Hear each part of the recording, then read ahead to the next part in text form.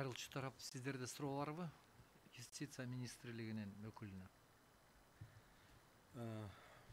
Айтсаңыз, бул жерде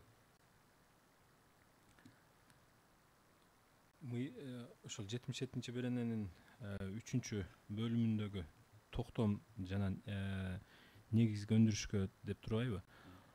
Ушундагы мисалы конвертке жашырылган адамдын анкеттик данныйларын жашырып туруп көрсөтмөсүн айыпталуучу же анын адвокатына тааныштырууга мындай укук бериле турган болсо, мыйзамдын ошол конвертте бекитилген адамга коркунуч мындай ушул максат өзүнө ишке ашабы? Мыйзам өзүнүн көрсөтмөсүн эле, иш боюнча көрсөтмөсүн эле калтырып койсок.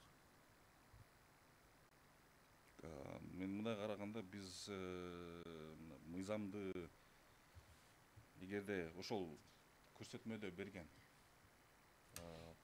купуялык принцип анда сакталып калбайт да, ачыкка чыгып. Бул эми купуялык принцип менен иш алып барылат да.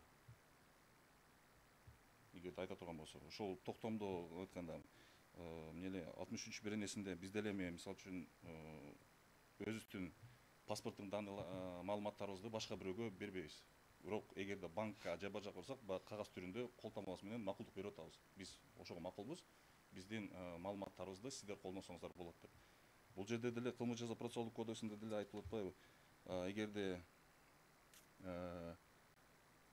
кылмыш процессине псевдоним менен катышкан адамдар жөнүндө анык маалыматтар көрсөтүлгөн, ошол көрсөтүүлөр менен жактоочу тааныша алат. Себеп дегенде, ал протоколдо псевдоним менен калган маалыматтар баары бар. Ал маалыматтарды анын жашаган дареги, аты жөнү ким экени тууралуу жактоочуга кандай мүмкүнчүлүк берет деген суроо болот да. Жок, ошол бизде анкеттин кылмыш иш боюнча көрсөтмөсү мынау азыркы талашып жаткан берененин негизинде бизге бербей жатат да. Соттук практикадан, соттук актылардагы иштин материалдарын окуй келебиз.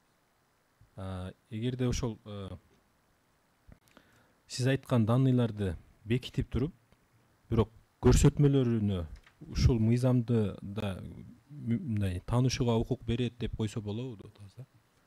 Башка жеринде айттыңыз ооба туура, бирок ушул беренеге чыгаруучу органга Дагы сурооңуздар барбы? Немеге жооп берип коюңуз микрофонго. Бизде суроо жок. Сурооңуз барбы? Суроом жок. Урматтуу судьялар, сурооңуздар барбы? Отуруңуз.